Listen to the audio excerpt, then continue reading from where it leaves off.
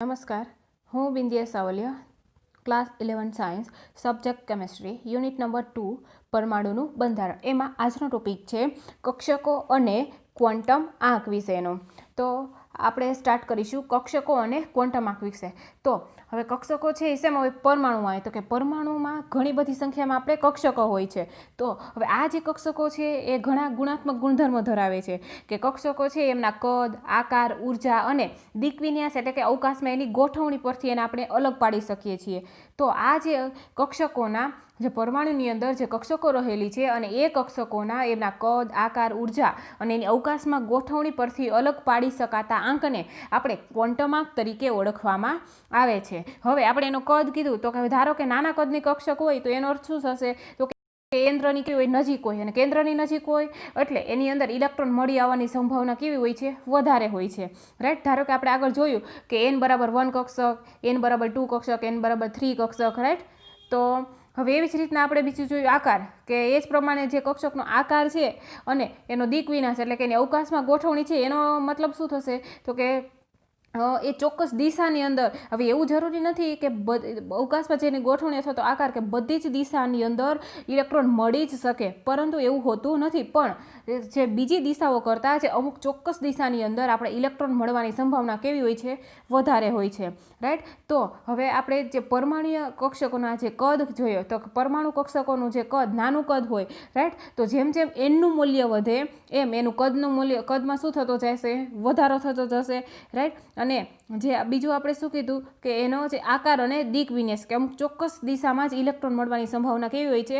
વધારે હોય છે. તો આમ જે પરમાણુય કક્ષકોને તેમના પ્રથમ 3 ક્વોન્ટમ આંકથી ખૂબ જ ચોકસાઈપૂર્વક આપણે જુદા પાડી શકીએ છીએ. દરેક કક્ષક 3 ક્વોન્ટમ આંક એટલે કે મુખ્ય ક્વોન્ટમ આંક n, ગૌણ ક્વોન્ટમ આંક l અને જે ચુંબકીય ક્વોન્ટમ આંક જેને આપણે ml તરીકે દર્શાવવામાં આવે છે. તો પરમાણુમાં જે ઇલેક્ટ્રોનનું વર્ણન આપણે 4 બાબતોમાં કરવામાં આવે છે. તો પહેલું તો કે પરમાણુ કક્ષકનું કદ કે જે આપણે મુખ્ય ક્વોન્ટમ આંક n વડે દર્શાવાય છે. પછી બીજું તો કે કક્ષકોનો આકાર અને પ્રકાર તો જે આપણે ગૌણ ક્વોન્ટમ આંક l વડે દર્શાવાય છે. અને ત્રીજું તો કે અવકાશમાં કક્ષકોની દિશાકીય ગોઠવણી કે જે આપણે ચુંબકીય ક્વોન્ટમ આંક m વડે દર્શાવાય છે. અને છેલ્લું ચોથું કે ઇલેક્ટ્રોન સ્પિન ભ્રમણની દિશા કે જે આપણે સ્પિન ક્વોન્ટમ આંક s એટલે ms વડે દર્શાવી શકાય છે.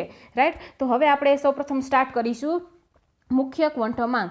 તો મુખ્ય ક્વોન્ટમ આંકને આપણે હવે આગળ આપણે કીધું કે ક્વોન્ટમ આંક કોને કહેવાશે? તો કે પરમાણુમાં ઇલેક્ટ્રોનની કક્ષાની ઉર્જા, ઇલેક્ટ્રોન કક્ષકનો પ્રકાર, ઇલેક્ટ્રોન કક્ષકનો દિક્વિન્યાસ અને ઇલેક્ટ્રોનની સ્પિન દર્શાવવા માટે વપરાતા ચોક્કસ અંકોને ક્વોન્ટમ આંક કહેવામાં આવે છે. તો આપણે સ્ટાર્ટ કરીશું કે મુખ્ય ક્વોન્ટમ આંક. તો મુખ્ય ક્વોન્ટમ આંકને આપણે n વડે દર્શાવીએ છીએ. રાઈટ. કે જે ધન પૂર્ણાંક છે જેનું મૂલ્ય n = 1 2 3 4 5 છે. રાઈટ.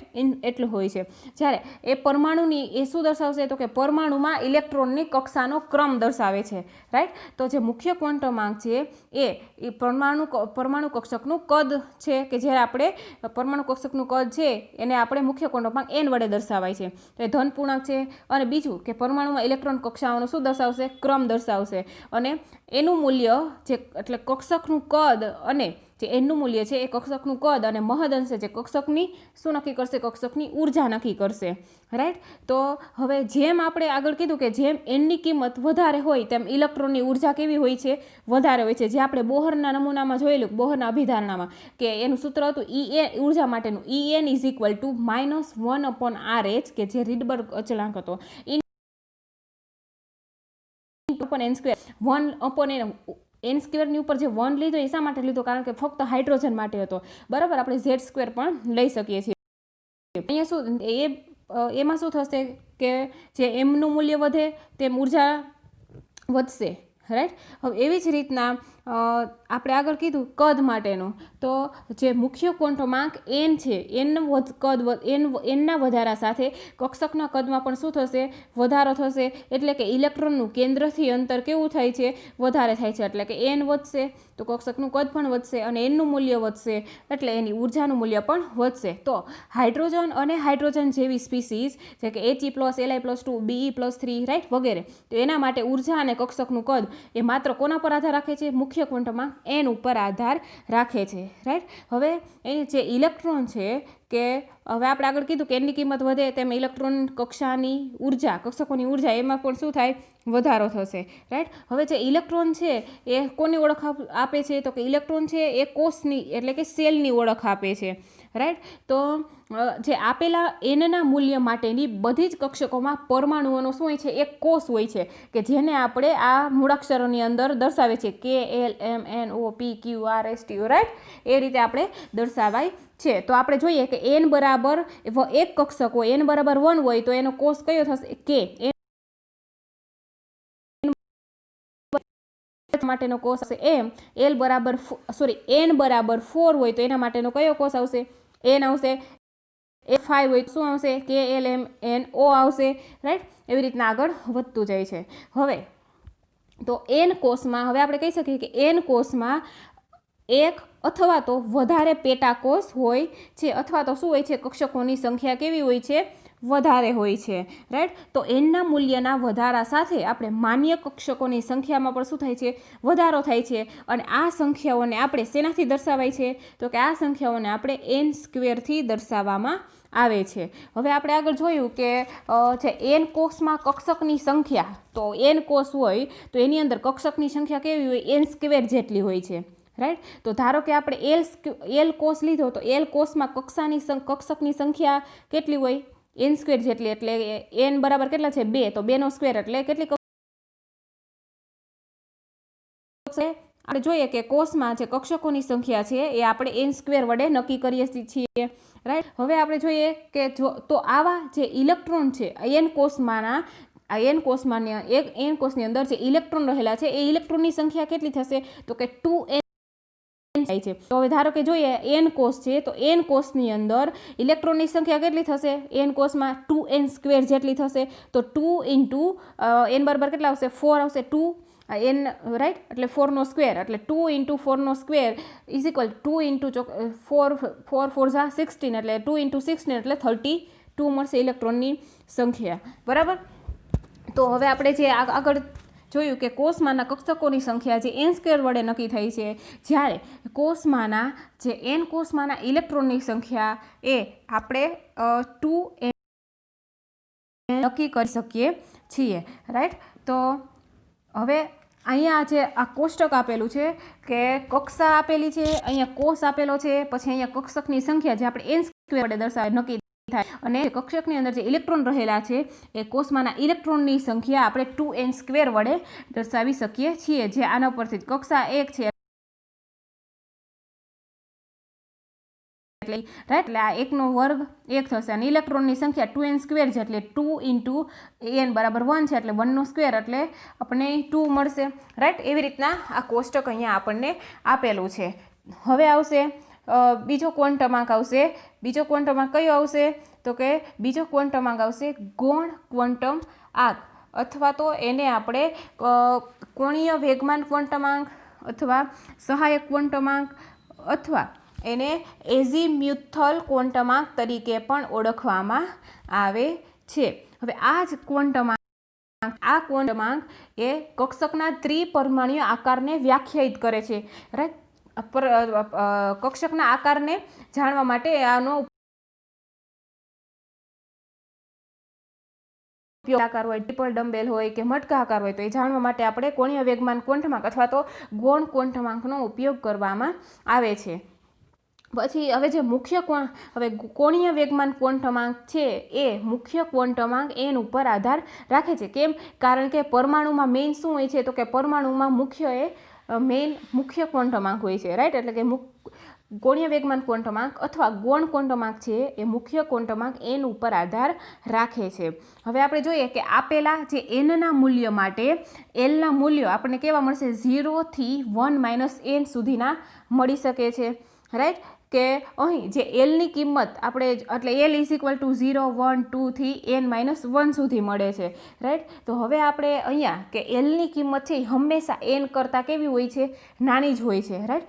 n નેવર 0, કે ક્યારે n છે એ ક્યારેય 0 હોતો નથી, રાઈટ. તો એનની જે શરૂઆત છે 1 2 3 5, કારણ કે 1 2 એનની કિંમત છે 1 2 3 4 5 થી થઈ છે, રાઈટ, જે આપણે મુખ્ય ક્વોન્ટમાંકની અંદર જોઈ લીધેલું છે, રાઈટ. તો હવે આપણે એક એક્ઝામ્પલ લઈએ કે n બરાબર આપણે 1 લઈએ. n બરાબર 1 હોય ત્યારે આપણને l બરાબર શું મળશે, 0 મળશે, કારણ કે n બરાબર 1 એટલે કયો કોસ થશે, n બરાબર 1 એટલે k કોસ થશે, રાઈટ. તો l બરાબર 0 કઈ રીતે આવશે, તો કે n-1 કરીએ, n-1 કરી અહીંયા n-1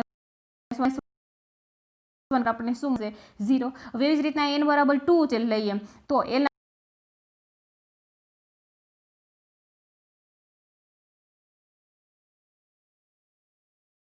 અહીંયા 2-1 કરીશું એટલે આપણને l બરાબર શું મળશે, 0 અને 1 બે મૂલ્યો મળશે.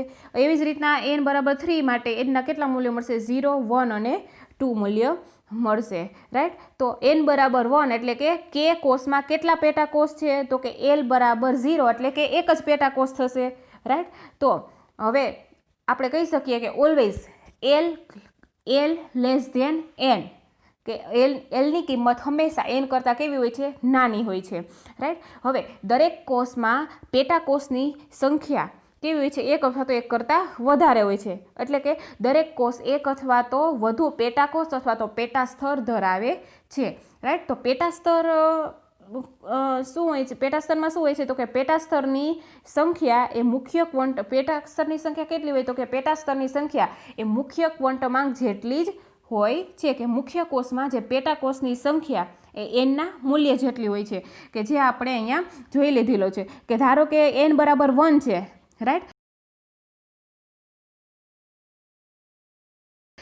l બરાબર 0 એક જ મળ્યું, રાઈટ. એવી જ રીતે n બરાબર 2 છે તો lના શક્ય મૂળ આપણને 2 મળ્યા. આ રીતના n બરાબર 3 છે તો મૂલ્ય આપણે 3 મળ્યા, 1 2 અને આવડા 3 0 1 અને 2, રાઈટ. તો 3 પેટાકોષ મળી. એવી જ રીતે એટલે કહેવાય કે મુખ્ય કોષમાં પેટાકોષની સંખ્યા એ nના મૂલ્યના જેટલી હોય છે, રાઈટ. તો હવે આપણે એક એક્ઝામ્પલ લઈએ કે પ્રથમ કોષ n બરાબર 1માં જે આપણે આગળ કીધું કે કેટલી હોય, એક જ પેટાકોષ હશે જે 0 l ઇઝ ઇક્વલ ટુ 0 છે, રાઈટ. તો k l m n એ કેવી છે, મુખ્ય કોષ છે, જ્યારે l છે એ શું છે, તો કે પેટાકોષ છે. હવે ધારો કે બીજા કોષની અંદર n બરાબર 2 છે તો એની અંદર આપણે 0 અને 1 બે મળે છે, રાઈટ, બે પેટાકોષ મળશે. હવે ત્રીજા કોષ n બરાબર 3 એટલે કે એમાં 0 1 અને 2 એમાં 3 પેટાકોષ મળે છે. પેટાકોષને ક્વોન્ટમમાંથી નિર્દેશિત કરવામાં આવે છે, જ્યારે એલના જુદા જુદા મૂલ્ય માટે પેટાકોષ એલને આપણે આ નીચેની સંજ્ઞા વડે દર્શાવાય છે. જો એલનું મૂલ્ય આપણે 0 હોય તો પેટાકોષ માટેનો સંકેત p, એલનું મૂલ્ય 2 હોય તો પેટાકોષ માટેનો સંકેત d, એલનું મૂલ્ય 3 હોય તો પેટાકોષ માટેનો સંકેત f આવશે, એલનું મૂલ્ય 4 હોય તો પેટાકોષ માટેનો સંકેત g મળશે, એલનું મૂલ્ય 5 હોય તો પેટાકોષ માટેનો સંકેત આપણને શું મળશે, h મળે છે. આને સિમ્પલ યાદ રાખવું હોય તો સ્પીડ ફાસ્ટ GH વાંચી શકાય છે, SPDF GH આપણે એને યાદ રાખી શકીએ. હવે જે આપણે આ કોષ્ટક, હવે આના પછી આપણે જોઈએ બીજું કે હવે આ જે કોષ્ટક છે એ કોષ્ટકમાં મુખ્ય ક્વોન્ટમાંક માટેના એલના જે માન્ય મૂલ્યો અને સંબંધિત પેટાકોષનો સંકેત આપણને આપવામાં આવે છે. હવે ધારો કે n બરાબર કઈ કક્ષક છે, 1 કક્ષક છે, તો n બરાબર 1 છે તો l બરાબર આપણે શું થાય છે, 0 થાય છે. તો આપણને એની કેટલા પેટા કક્ષક મળે છે, જે આપણે જોયું કે એક જ પેટા કક્ષક મળશે, l બરાબર 0 છે, રાઈટ, એક પેટા કક્ષક મળશે.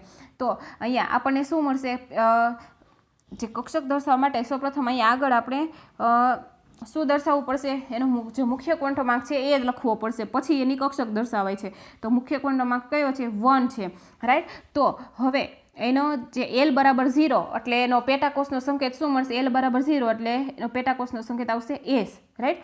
હવે એવી જ રીતના n બરાબર 2 છે તો એના માટે આપણને કેટલી કક્ષકો મળે છે, n બરાબર 2 માટે l બરાબર 2 પેટા કક્ષક મળશે, 0 અને 1. તો l આ 0 અને 1 મળશે અને બંને બે જે n બરાબર 2 માટે મળે છે, રાઈટ. તો અહીંયા બંનેના મુખ્ય ક્વોન્ટમ આંક લખાઈ ગયા। હવે L બરાબર 0 એટલે S કક્ષક અને L બરાબર 1 એટલે કઈ કક્ષક થશે? જે આપણે અહીંયા જોઈએ છીએ L બરાબર 1 એટલે P કક્ષક, રાઈટ। n બરાબર 3 n બરાબર 4 ના મૂલ્યો માટે L અને એના પેટા કક્ષકોના સંકેતો અહીંયા આપેલા છે, રાઈટ। હવે એટલે કે એના પરથી કહી શકાય કે L ની કિંમત હંમેશા આપણને કેવી મળશે? n કરતાં નાની મળશે, એટલે L less than n, right. હવે ત્રીજો ક્વોન્ટમ આંક છે ચુંબકીય કક્ષીય ક્વોન્ટમ આંક, જેને આપણે ml વડે દર્શાવીએ છીએ, અથવા તો ચુંબકીય ક્વોન્ટમ આંક। તો આ ક્વોન્ટમ આંક છે એ નિર્દેશાંક યામોના સંદર્ભમાં આપણે કક્ષાના જે અવકાશીય સ્થાનની અવકાશીય ગોઠવણી વિશેની માહિતી પૂરી પાડે છે, કે દિક વિન્યાસ એટલે કે અવકાશમાં ગોઠવણી વિશેની માહિતી પૂરી પાડશે। તો હવે જ્યારે જોઈએ કે કોઈ પણ કોષ માટે કોઈ પણ પેટાકોષ માટે જે એલના મૂલ્ય વડે વ્યાખ્યાયિત કરેલ છે એના માટે, રાઈટ, કે કોઈ પણ પેટાકોષ માટે બે રીત હોય છે, રાઈટ, કે 2L પ્લસ mlના જે 2L પ્લસ 1 અને બીજી કઈ રીત 0 થી પ્લસ L, માઇનસ L થી 0 થી પ્લસ L, રાઈટ, જે આપણે અહીંયા દર્શાવેલી જ છે કે માઇનસ L થી 0 થી પ્લસ L સુધીના બધા જ મૂલ્ય હોય છે, રાઈટ। તો ml એ ગૌણ ક્વોન્ટમ આંક ઉપર આધારિત છે, રાઈટ। ml એ પેટાકોષની સંખ્યા સૂચવે છે, રાઈટ। હવે જો અહીંયા દર્શાવેલું છે કે માઇનસ L થી 0 રીતે દર્શાવે છે આ રીત, અને એક માઇનસ L થી 0 થી પ્લસ L આ બીજી રીત। તો બે રીતે આપણે એને દર્શાવી શકીએ છીએ, રાઈટ। તો હવે આપણે જોઈએ કે ml એ પેટાકોષની સંખ્યા સૂચવે છે, એટલે અથવા કહી શકીએ કે માઇનસ L થી 0 થી પ્લસ L, તો ml બરાબર આપણને શું મળશે? 0 મળશે, રાઈટ। હવે આપણે જોઈએ કે જે L બરાબર આપણે 0 લઈએ, L બરાબર 0 લઈએ તો આપણે mlના માન્ય મૂલ્ય આપણને કેટલા મળશે? ml બરાબર આપણને 0 મળશે, રાઈટ। અથવા જે આપણે 2L પ્લસ 1 આની અંદર વેલ્યુ મૂકીશું એટલે આપણને આ રીતે એનો આન્સર મળશે 1 અંદર આપણે વેલ્યુ મૂકીશું તો પણ ml બરાબર આપણને શું મળશે? 0, એટલે L બરાબર 0 મળ્યું, રાઈટ। તો પેટા કક્ષક થશે, રાઈટ। તો L બરાબર, કારણ કે L બરાબર શું છે? 0, તો પેટાકોષની સંખ્યા એટલે 2L પ્લસ 1 એટલે આપણને કેટલા મળશે? 2L, L પ્લસ 1 એટલે 2 એકા 2 પ્લસ 1, રાઈટ, 0 એટલે 2 ગુણ્યા 0 એટલે 0 થઈ પ્લસ 1 વધશે। અહીંયા જે આપણે વાત કરી તો mlની જેટલી કિંમતો મળશે એ પેટાકોષની શું થશે? એટલી જ પેટાકોષની સંખ્યા થાય છે, રાઈટ। તો હવે L બરાબર 1 લઈશું, રાઈટ, L બરાબર 1 લઈશું તો ml કેટલા થશે? તો કે ml L બરાબર 1 એટલે આપણે આ રીતે વેલ્યુ મૂકેલી છે, -1 0 અને +1। તો એના આપણે 3 કક્ષકો મળશે, તો P કોષ માટે mlની કેટલી કિંમત મળશે? 3 કિંમત મળશે, રાઈટ, કારણ કે L બરાબર 1 એટલે કયો કોષ થશે? P કોષ થશે। હવે એવી જ રીતના L બરાબર 2 માટે આપણે લઈએ તો ml બરાબર -2 -1 0 +1 અને +2, તો આવા 5 મૂલ્યો આપણને મળશે, એટલે કે આપણને 5 કક્ષકો 5 કિંમતો મળશે, રાઈટ। હવે એટલે D L બરાબર 2 એટલે કઈ પેટાકોષ થશે? D, right. તો એ mlના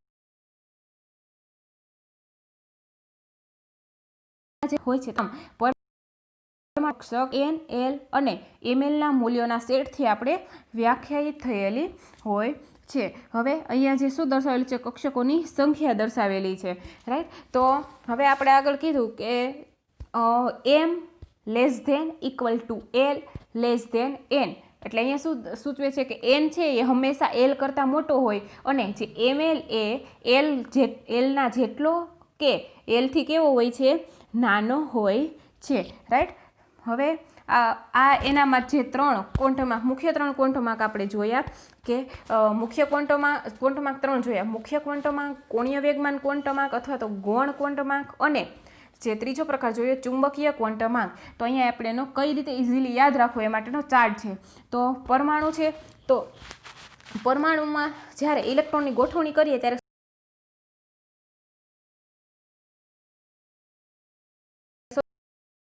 0 1 2 અને 3 હોય, રાઈટ। L બરાબર 0 હોય તો S, 1 હોય તો P, 2 હોય તો ડી અને 3 હોય તો એફ. તો આ બંને આપણે શું થશે, ગૌણ ક્વોન્ટમ થશે. અને જો એલ બરાબર 0 હોય તો એના એમએલના મૂલ્ય 2l + 1 એટલે આપણને એમએલ બરાબર 0 એટલે કે એક જ મળશે, રાઈટ, એક કક્ષક મળશે. હવે એ જ રીતના એલનું મૂલ્ય -1 0 અને +1 હોય તો 3 પેટાકોષ મળશે. એવી રીતના ડીમાં 5 અને એફમાં આપણે કેટલા મળશે, 7 મળશે. તો અહીંયા આ જે મુખ્ય જે ક્વોન્ટમ હતા એ મુખ્ય 3 ક્વોન્ટમ અંદર આપણને એનો આ ચાર્ટ બતાવેલો છે. અને જે છેલ્લો છે કે ઇલેક્ટ્રોન ભ્રમણ ક્વોન્ટમ આંક, રાઈટ. તો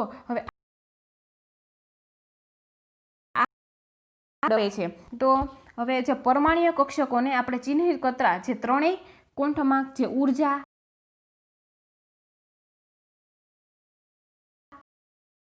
આ બધા જ ક્વોન્ટમ આંકમાં એક વધુ ઇલેક્ટ્રોનની બાબતમાં મેળવેલા રેખા વર્ણપટ સમજાવી શકવા માટે પૂરતા નથી. ફક્ત એક જ ઇલેક્ટ્રોન ધરાવતા જે આપણે હાઇડ્રોજન પરમાણુ માટે એ વર્ણપટ સમજાવી શકીએ છીએ, પરંતુ એક કરતાં વધારે ઇલેક્ટ્રોનનું દર્શાવવું હોય તો એના માટે આ ક્વોન્ટમ આંક શક્ય નથી, રાઈટ. તો એના માટે આપણે ઇલેક્ટ્રોન ભ્રમણ ક્વોન્ટમ આંકનો અભ્યાસ કરવાનો છે.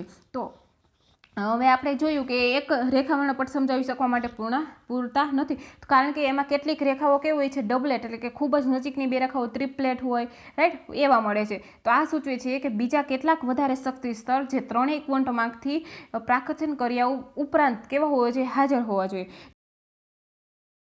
તો આપણે આ શક્તિ સ્તરને દર્શાવવા માટે આપણે ચોથા ક્વોન્ટમ આંક સ્પિન ક્વોન્ટમ આંકની જરૂર પડે છે. તો 1925માં જે જ્યોર્જ ઉહલેનબેક જે ઇલેક્ટ્રોન ભ્રમણાંક અથવા એને સ્પિન ક્વોન્ટમ તરીકે પણ ઓળખવામાં આવે છે, એનો ઉપયોગ કર્યો છે. તો હવે આપણે જોઈએ કે જે પૃથ્વી છે, તો પૃથ્વી જેમ પોતાની ધરી પર સૂર્યની પોતાની ધરી પર જે સૂર્યની આજુબાજુ ભ્રમણ કરે છે, રાઈટ. તો એવી જ રીતના આપણે જોઈએ તો હાઇડ્રોજન પરમાણુનો જે વર્ણપટ હતો એ રેખાઓને આપણે નોર્થ પોલ અને સાઉથ પોલમાંથી પસાર કરીશું, એટલે કે વિદ્યુત ચુંબકીય ક્ષેત્રમાંથી પસાર કરીએ તો જ્યારે આપણે વિદ્યુત ચુંબકીય ક્ષેત્રમાંથી રેખાઓને પસાર કરીશું ત્યારે જે રેખાઓ બહાર નીકળે છે એ બે રીતે વળાંક લેશે, રાઈટ. એટલે કે બે ભાગમાં વિભાજિત થશે. તો રેખા, તો એનો મતલબ શું થશે, તો કે પરમાણુમાં રહેલા ઇલેક્ટ્રોન પણ તેની ધરી ઉપર શું કરશે, ભ્રમણ કરશે. અને એ ભ્રમણ બે પ્રકારનું હોય છે, એક ક્લોકવાઇઝ હોય છે, એક ક્લોકવાઇઝ કાંટાની દિશામાં, ઘડિયાળના કાંટાની વિરુદ્ધ દિશામાં. એના કારણે ઇલેક્ટ્રોન માટે આપણને બે મૂલ્ય મળશે સ્પિન ક્વોન્ટમ આંકના. એક મૂલ્ય કેવી મળશે આપણે, ms એટલે સ્પિન ક્વોન્ટમ આંક +1/2 અને બીજું મૂલ્ય મળશે -1/2 મળશે, રાઈટ. કારણ કે પરમાણુમાં ઇલેક્ટ્રોન જ્યારે કેન્દ્રની આસપાસ પરિભ્રમણ કરતો હોય ત્યારે એ શું છે, તેની પોતાની યાંત્રિક ધરી ઉપર ભ્રમણ કરતો હોય છે, રાઈટ. અને એ ભ્રમણ પાછા બે પ્રકારના હોય છે, એક સમઘડી દિશાનું અને બીજું કયું હોય છે, વિષમઘડી દિશાનું ભ્રમણ હોય છે, રાઈટ. હવે આને આપણે ઇલેક્ટ્રોનની શું કહેવાય છે, જે ભ્રમણ અવસ્થાઓ કહે છે, રાઈટ, કે જેને આપણે સામાન્ય રીતે આપણે આ રીતે તીર વડે દર્શાવે છે, ભ્રમણ ઉપર તરફ અને આપણું ભ્રમણ નીચે તરફ જોઈએ છે. અને આ એના બંનેના મૂલ્ય દર્શાવે છે. અને એકબીજાથી શું કરે છે કે વિરુદ્ધ એની સ્પિન દર્શાવે છે. તો સ્પિન ક્વોન્ટમ આંક એ +1/2 કે -1/2 જ હોય છે. સ્પિન ક્વોન્ટમ આંકનું મૂલ્ય કેટલું હોય છે, +1/2 કે -1/2 પણ 1/2 જ હોય છે. તો હવે ઇલેક્ટ્રોનનું ભ્રમણ જે ક્વોન્ટમ વેગમાન સદિશ રાશિ છે કે તેને બે પસંદ કરેલી ધરીની સાપેક્ષમાં બે દિક વિન્યાસ હોઈ શકે છે. અને આ બે દિક વિન્યાસ જે ભ્રમણ ક્વોન્ટમ આંકથી જુદા પાડી શકાય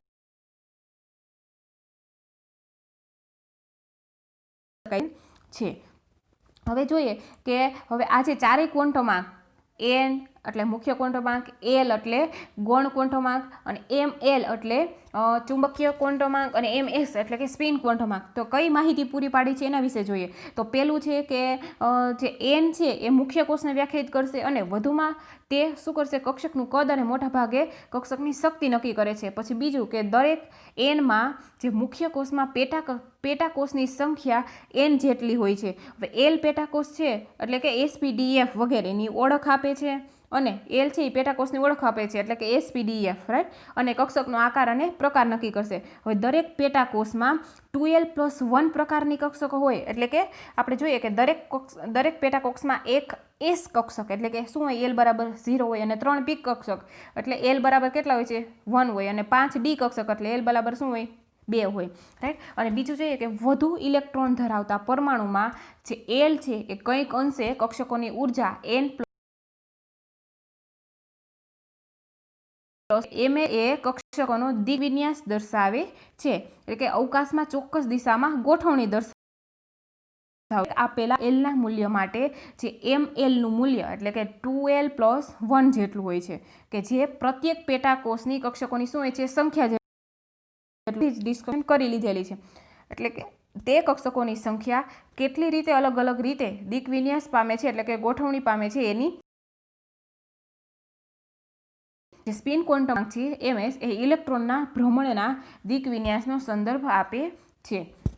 હવે એના ઉપરથી આપણે આ થિયરી જોવાની છે, કોયડા નંબર 2.17 કે શું છે, મુખ્ય ક્વોન્ટમાંક n બરાબર 3 સાથે સંકળાયેલી કુલ કક્ષકોની સંખ્યા કેટલી થાય. તો n બરાબર 3 છે તો એલના શક્ય મૂલ્ય આપણને કેટલા મળશે, 0, 1 અને 2, એટલે કુલ 3 મૂલ્ય મળશે એના, રાઈટ. તો એક કક્ષક જે 3s કક્ષક તો n બરાબર 3 છે તો એલનું મૂલ્ય આપણને શું મળશે, પહેલાં એલના શક્ય મૂલ્ય 0 મળશે તો ml બરાબર શું થશે, 0, કારણ કે 2l+1માં શું એ આપણે વેલ્યુ મૂકીશું, રાઈટ. હવે એવી જ રીતના તો n બરાબર 3 અને l બરાબર શું લઈએ આપણે, 1 લઈશું.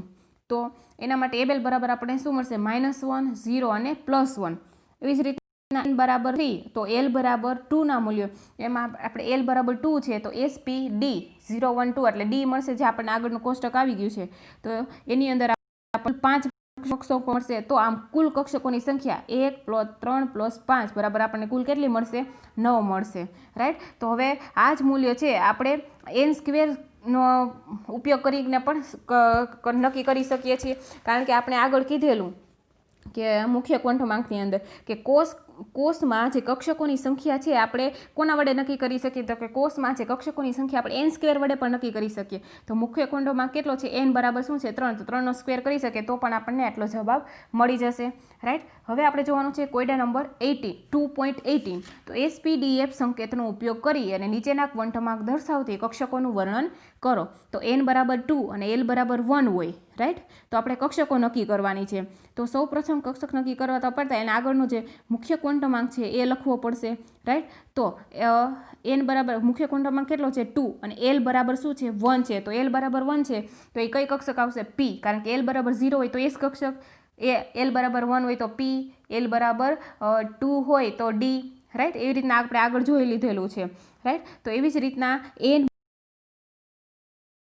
કક્ષક, હવે n બરાબર 5 છે, l બરાબર 3 છે તો મુખ્ય ક્વોન્ટમાંક એનો 5, l બરાબર 3 એટલે કઈ કક્ષક આવશે, f આવશે, રાઈટ. એવી જ રીતના n બરાબર 3 છે, l બરાબર 2 છે તો અહીંયા આપણે કઈ કક્ષક મળશે, 3D કક્ષકો મળે છે, રાઈટ. તો હવે અહીંયા આપણે આ લેક્ચરની અંદર આપણે અહીંયા સુધીનો અભ્યાસ કરેલો છે. હવે આપણે નેક્સ્ટ લેક્ચરની અંદર આપણે પરમાણુય કક્ષકોના આકાર વિશેનો અભ્યાસ કરવાનો છે.